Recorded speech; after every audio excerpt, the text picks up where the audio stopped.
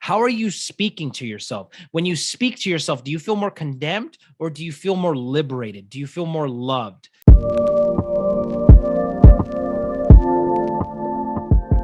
Hey, welcome back to the channel. I'm Coach Frank, and on this channel, I help you with all things post-divorce and post-breakup recovery. And today I want to hit on a subject that I think is so crucial for the recovery process.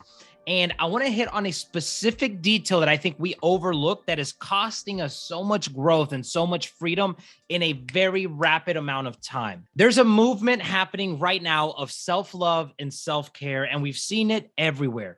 But what is happening is if your life is looking the same way that it looked before you started the self-love journey, if the only difference is that there's less people around you, then you might feel like I'm not experiencing the fulfillment that I want to experience. I'm still not at peace. I'm still not happy. I still don't feel free to be myself. And you're still kind of living in bondage, right? And so if that's where you're at, it might be because you're missing this one key ingredient, okay? And I think with this one thing, if we start implementing it and being conscious of it and adding this to our self-love journey, we're going to experience so much more freedom at a rapidly massive pace. Okay. Not only that, but you're actually going to see and experience a difference in your other relationships, whether that be your friendships, whether that be your family, or whether that be your new intimate relationship. I'm seeing this happen already in my client's life. I saw it happen in my life. And I hope that you apply this and you leave comments down below on how it's helping change your life as well. Okay. So here's the thing. Self-love, the first thing that I want you to capture about self-love is that self-love is not playing constant defense. It's not constantly guarding yourself. It's not constantly protecting yourself, because if you're always playing defense, you can never play offense. This is what I mean by that. If your type of self-love is that you are going to not let anyone in because you're afraid of getting hurt, because you would rather choose certainty, right? And you're saying that, I want to keep my peace. You don't really have peace. It's more certainty dressed as peace. And so if you're more wanting to keep certainty than to go out there and give yourself the chance to experience what you've always wanted, and what, let's be honest, we need as humans, we need other people. We need emotional connection. We need love. We need intimate relationships. Like, we need that as humans. God designed us that way. And so if you are sacrificing your wants and your needs in order to get certainty dressed as peace in your life, then that might not be actual self-love, okay? You might be protecting yourself, and you might dress it up as self-love because now, hey, nobody can hurt me because nobody can get close enough to hurt me. That's not love, okay? Self-love would be giving you the opportunity to experience everything you've ever wanted to experience. There was some point in your life where you wanted love, where you wanted to be with somebody, where you dreamt of having a happy family, where you dreamt of having those moments with somebody and being able to share that with somebody, and you've wanted that. And at some point, you chose to abandon that because you would rather feel secure. You would rather feel certain that you're not going to get hurt than risk getting hurt and experiencing that. That's not self-love, man. That's self-denial. You're denying the beautiful things in life because of potential pain. And I just want to say this, okay? Tony Robbins says this, and it hit me heavily when he said it. It's the most fulfilling things on earth are on the other side of this four-letter word. That four-letter word is risk. You've got to be willing to take some risks to experience the thing that you want to deeply down experience. I know right now you're protecting yourself, and I get it because you've been through some pain, you've been through some hard times, but don't let pain train you to flee from the things that you want.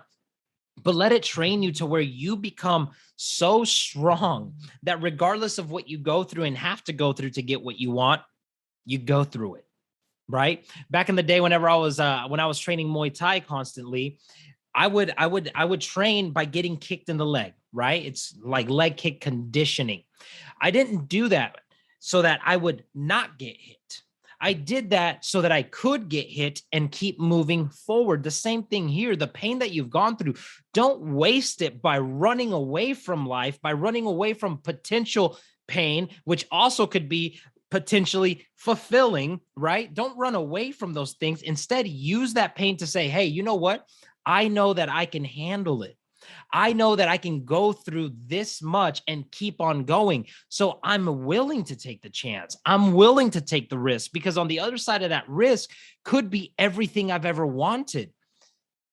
That is self-love. So don't keep playing constant defense, protecting and guarding yourself constantly. I know there's a season for that, and I'm not trying to push you to overcome that and to just not validate your feelings that are leading you to do that. But at the same time, what is it that you want the most? Do you want to play it safe for the rest of your life, or do you want to go out there and give yourself the wants and desires of your heart by risking it? That to me is self-love. Now, here's the thing. I want to hit on this very deep root. This is the one key ingredient of our own self-love that I think will actually naturally allow us to step into offense and away from defense. If you start doing this, I genuinely do believe you're going to start playing offense way more than defense. And it's because I've seen it happen in my life. I'm seeing it happen in my clients' life that have started to apply this one very simple tool. Okay. Effective self-love. It only happens when the root is love, not accurate information. Now, let me hit on this.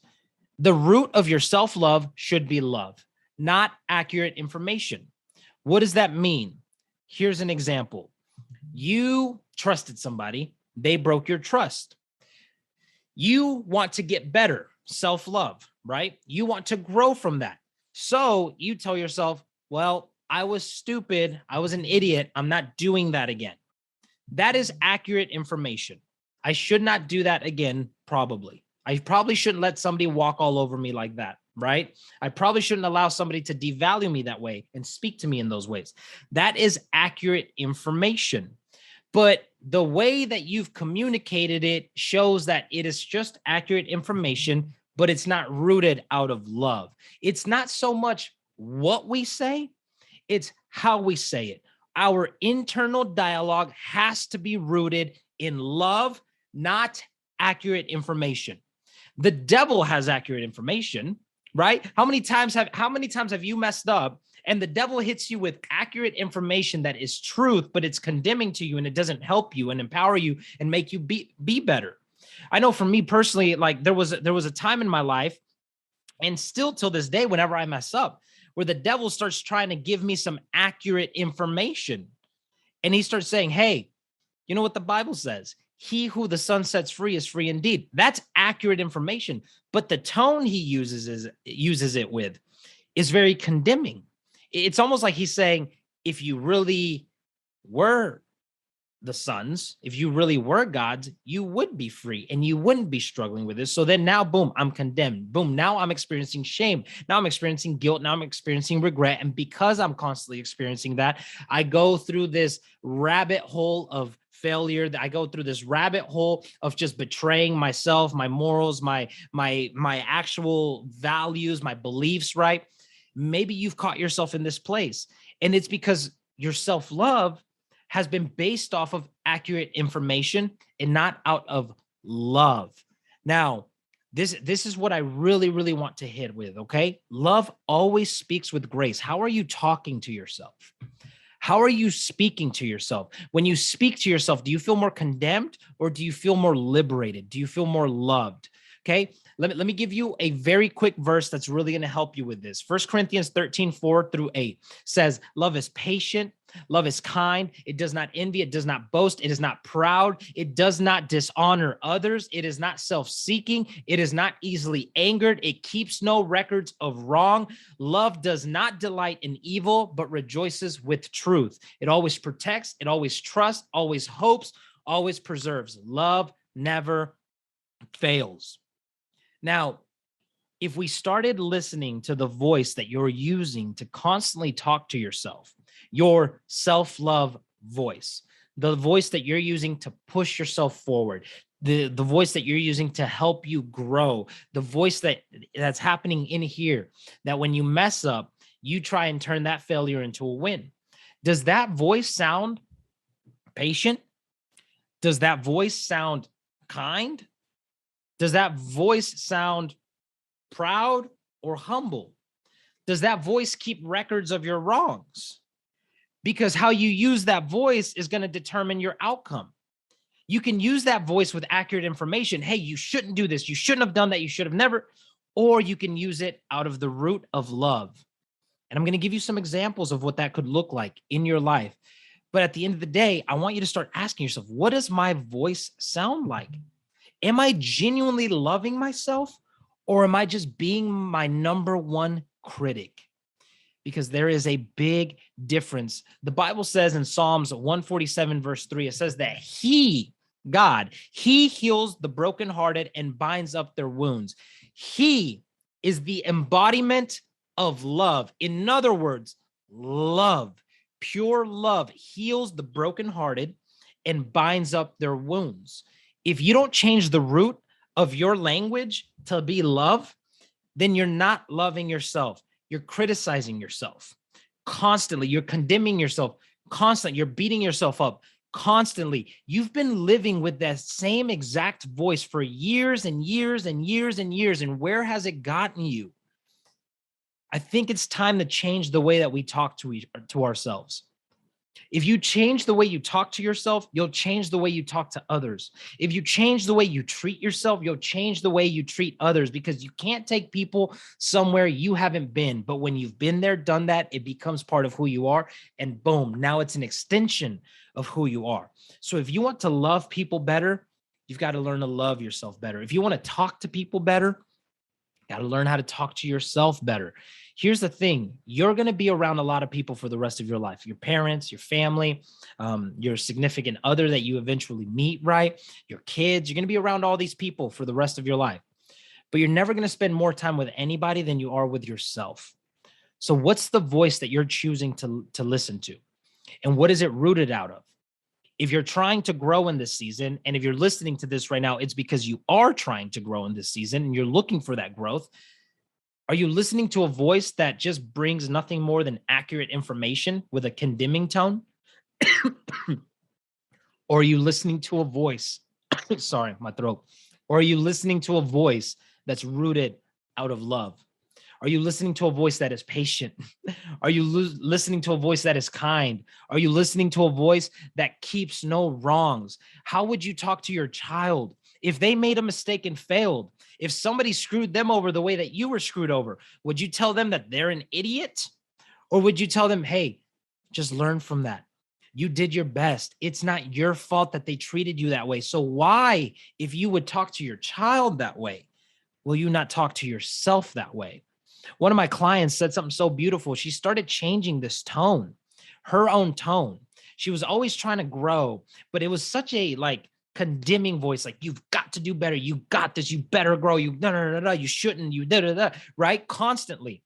And then she started changing the tone. And it started it started coming from a root of love. She started loving herself, forgiving herself, keeping no records of wrong, being patient, being kind to herself. And what she realized is that started changing the relationship with some of the people in her family and some of her friendships, and even in her being able to release her ex. It was because she started loving herself correctly. This is the single most important thing I believe that we can capture out of this journey of self-love. Learn how to talk to yourself. If you talk to yourself with nothing more than accurate information, you're not going to grow the way that you want to. But if you begin to speak to yourself out of a root of love, out of a tone of love, and if you don't know what that sounds like, let me encourage you to go and read your Bible and read all the promises that God has for you, all the thoughts that God thinks about you, because those are nothing more than pure love. He loves you so much. And the best voice that you can use to talk to yourself is his. The best voice that you can listen to is his. So I don't know what kind of voice you're using right now, but if you're saying, hey man, it's time for a change, I want to challenge you to do the hardest thing that any human could ever do.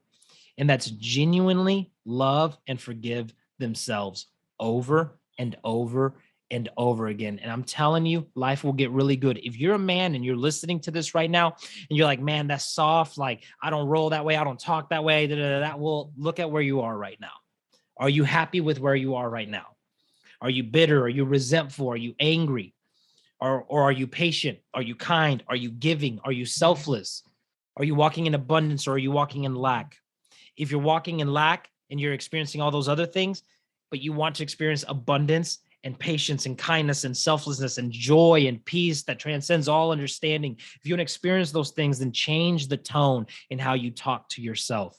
If you change the tone in how you talk to yourself, you might just change the outcomes way faster than you could have imagined. Hopefully this helps you today. If you need help implementing any of this, then I highly encourage you to join one of my 1% coaching groups. I coach men and women. We meet twice a week and we do group coaching. And what we do is on Wednesdays, we meet only the men. I meet exclusively with the men, and then I'll meet exclusively with the women so that we can really dig into some stuff and open up and be a lot more vulnerable. And then Saturdays, it's all co-ed. It's all of us together, which is awesome because you get to hear the stories of men, women, and then women, you get to hear the stories of and then men, you get to hear the stories of ladies. And so you get to start breaking those beliefs that all men are the same, all women are the same, and that I'm never going to find someone and no one's ever going to fit that mold that I want in a partner, because you're going to start hearing the conversation of the opposite sex talking about what they went through, what they're going through, and what they're headed for and what they want.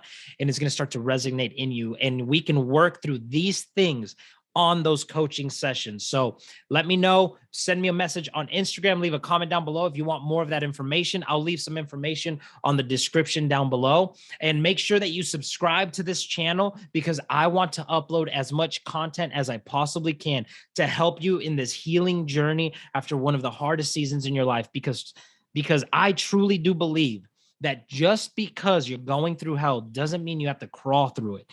You can dance through it, because life does happen on its terms, but it can be experienced on our terms.